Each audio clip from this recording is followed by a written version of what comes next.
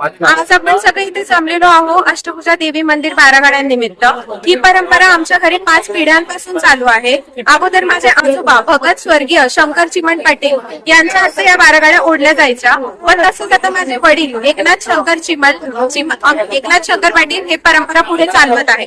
व तसंच आता भगत आकाश नाले व बगले, अजय खडसे व अजिंक्य मुळे यांच्या हस्ते या बारागाड्या ओढण्यात येणार आहे।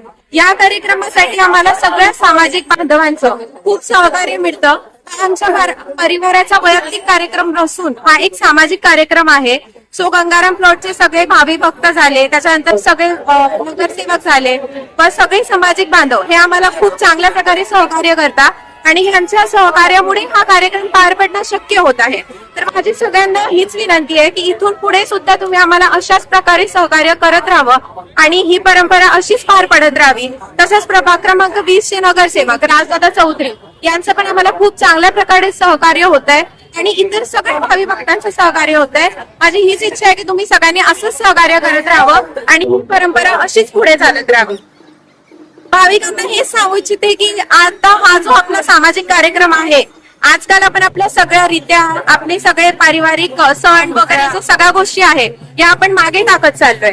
तर माझी हीच इच्छा आहे की तुम्ही सगळ्यांनी या समोर नेत राहाव्या आणि या सगळ्यामध्ये इन्व्हॉल्व्ह होत राहावं, पुढे चालवत राहाव्या, ताकी पुढे येणाऱ्या पिढ्यांना पण कळावं की आपले सामाजिक कार्यक्रम काय असतात काय नसतात ह्या सगळ्या गोष्टी। तसंच आता भुसावळच्या नगर अध्यक्ष गायत्रीताई भंगाडे ह्या आमच्या इथे देवदर्शनासाठी आल्या होत्या। तसंच 2 वर्षापूर्वी केंद्रीय मंत्री रक्षाताई खडसे या सुद्धा दर्शनासाठी घरी हजर होत्या।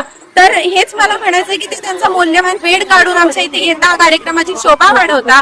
तर हे असंच चालत राहावं आणि या सगळ्यांचे मी खूप मनापासून आभार मानते आणि हीच विनंती करते की तुम्ही असंच सहकार्य करा।